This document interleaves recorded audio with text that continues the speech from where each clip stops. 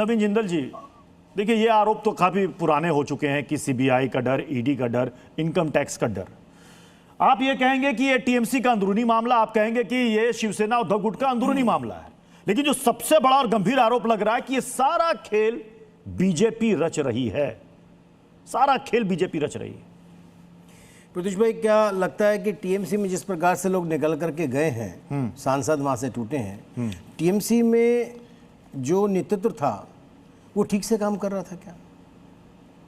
ये सृष्टि का नियम है।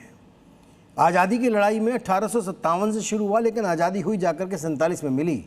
वहाँ लोगों को इसलिए कि जब उनका समय आया, जब वो लगा कि एक दबने के बाद एक समय उनका आया कि अपनी बात को परिपक्वता से रखा जा सकता है, लोगों के बीच में जा सकता है, तो लोग गए। इसी प्रकार से जब जब देश में सरकारें बनी हैं, लोग टूट करके गए हैं, तभी गए हैं जब उनको लगा कि मेरी बात अब सुनी जाएगी। तब तक वो उसमें रहे, संगठन में, सरकार में रहे, तब तक रहे जब तक कि उनको ये लगा कि यहाँ रहने से कम मेरी बात, ये मेरे पास कोई ऑप्शन नहीं है। आज उनको ऑप्शन मिला तो चले गए। अभी किशोर भाई ने कहा, बड़ी ईमानदारी से किशोर भाई ने बात कही, किशोर भाई ने कहा कि जब सांसदों को टिकटें बेचेंगे तो वो जाएंगे ही। आपने कितने सांसदों को टिकटें बेची थी, या टीएमसी ने टिकटें बेच करके दी थी कि वो चले गए? आप ये कहना चाहते हो क्या?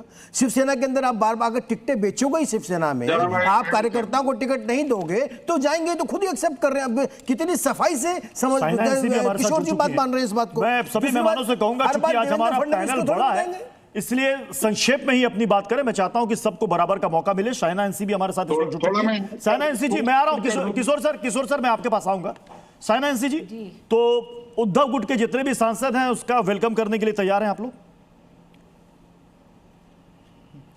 देखिए, कोई स्पेकुलेशन करने की आवश्यकता नहीं। हम कोई एमएलएज एमपीज को पोच नहीं कर रहे हैं, किसी की पार्टी तोड़ नहीं रहे हैं। सच्चाई ये है, हमारे नेता आदरणीय एकनाथ जी शिंदे इतने लोकप्रिय है और जो काम उन्होंने ऑन ग्राउंड किया वो अपरंपार है। इस वजह से पक्ष प्रवेश, यानी कि कार्यकर्ता हो या नेता, पूरे महाराष्ट्र से आज आ रहे हैं। यवतमाल हो, अमरावती हो, वाशिम हो, परभनी हो, कोंकण हो, जालना हो, जलगांव हो, हर जगह से लोग प्रेरित हैं उनके काम से। और उनके काम जो है वो है ऑपरेशन प्रगति। जो आपने ऑपरेशन टाइगर की जिक्र की, वो एक तरफ आप अपने विश्लेषण के लिए कीजिए, लेकिन सच्चाई ये है कि सिर्फ एक ऑपरेशन है नहीं, आप जिस ऑपरेशन की बात कर रही हैं शाइना एनसी जी, एक सेकंड शाइना एनसी जी, मैं माफी के साथ आपको रोक रहा हूं, चूंकि आपने ऑपरेशन का जिक्र किया। एक सेकंड किशोर सर, आपने ऑपरेशन का जिक्र किया। आप ही के पार्टी के एमएलसी हैं, वो कुछ और ऑपरेशन की बात कर रहे हैं।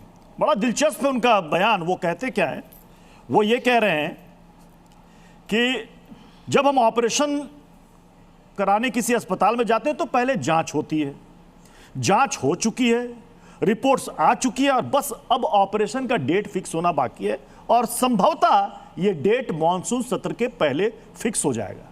तो ये किस ऑपरेशन की बात कर रहे हैं? कौन सी रिपोर्ट आ गई है इन सातों सांसदों की? शाइना एनसी जी,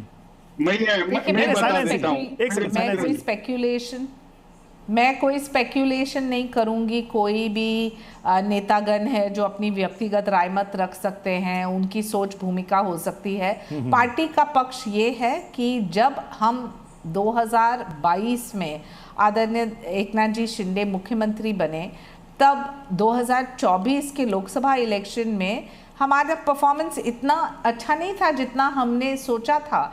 इसके बावजूद जो लगातार काम किए, विधानसभा के इलेक्शंस तक वहाँ 80 सीट लड़के 60 सीट जीत के आए। आप स्थानिक स्वराज की बात करें तो हम स्थानिक स्वराज में सर्वप्रथम पहली बार इतिहास बनाया था शिवसेना ने, जहां इतने जगह पे हम जीत के आए। तो इससे एक चीज है कि जो काम करे ऑन ग्राउंड। ठीक है किशोर जी, देखिए